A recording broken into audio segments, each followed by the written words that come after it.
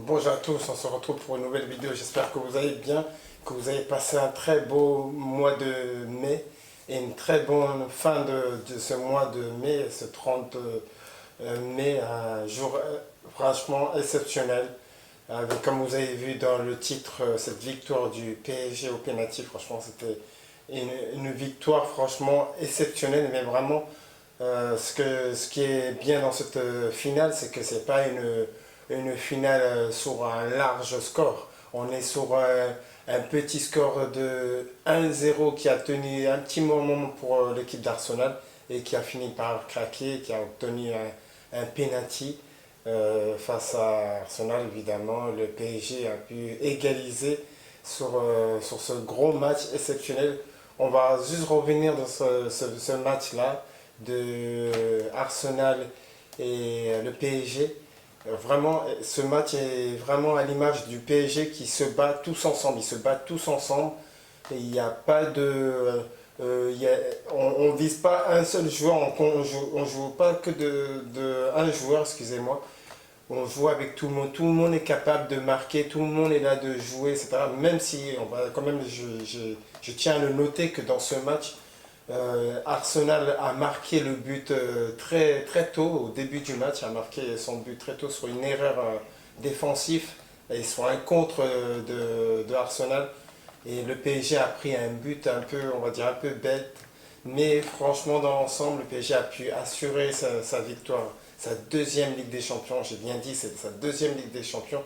Une Ligue des Champions exceptionnelle, puisque c'est la deuxième Ligue des Champions, on va dire que c'est la plus dure, puisque quand tu l'as gagnée la première fois, évidemment, quand tu gagnes la Ligue des Champions la première fois, tu te sens, tu penses que tu peux, tu te dis peut-être que tu peux arriver à gagner une deuxième fois, mais c'était presque Arsenal qui a failli gagner cette Ligue des Champions, mais le PSG, avec toutes ces années, a beaucoup d'expérience et a su gagner cette Ligue des Champions.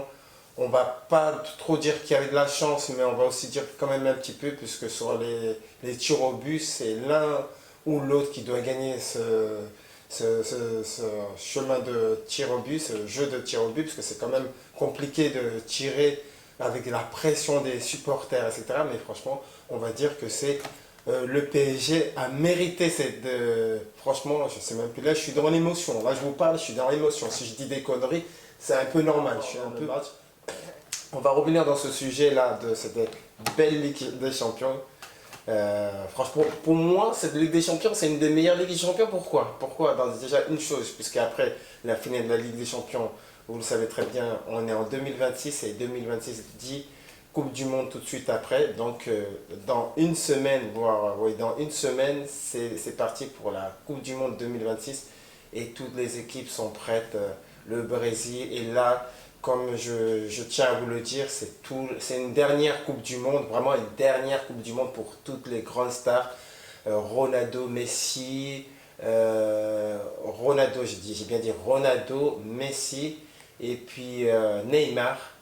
Et encore, j'ai pas cité tous les autres, mais il y a d'autres joueurs que c'est leur dernière Coupe du Monde exceptionnelle. Franchement, c'est une des Coupes du Monde vraiment exceptionnelle. Et une Ligue des Champions qui se termine très bien pour le PSG. Enfin, moi, quand je dis le PSG, c'est surtout pour la France, parce que c'est toujours une joie de voir les Français gagner une Ligue des Champions, que ça soit peu importe le club français.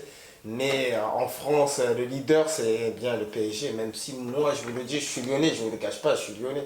Mais je supporte les équipes françaises, ce qui vont le plus loin en Ligue des Champions.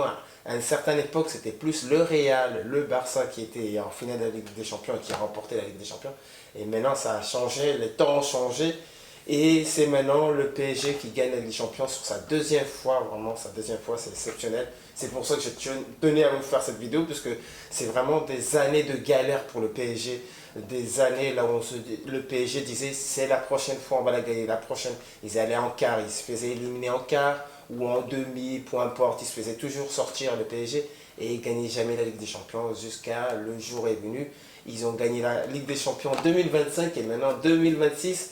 Voilà, le comeback deux fois, c'est vraiment exceptionnel. Félicitations au PSG, félicitations à tous les joueurs du PSG. Bon, après, moi, je ne vous le cache pas qu'il y a quelques joueurs de l'équipe de France qui jouent au PSG, comme Doué, que je kiffe, et Dembélé. même si les autres, mais dans l'ensemble, c'est la France pour moi, c'est la France qui gagne. Donc, malgré qu'est-ce qui se passe en France, que quand le PSG gagne la Ligue des Champions, il y a des casses un peu de partout.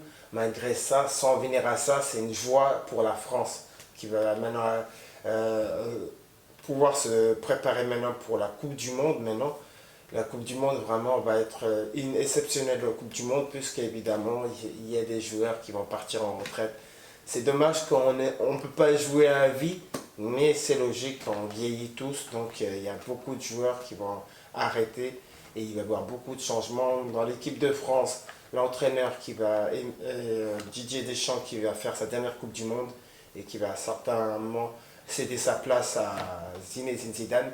Donc voilà, là, je parle sur l'émotion, je parle un peu de tout, mais dans l'ensemble je parle plus de...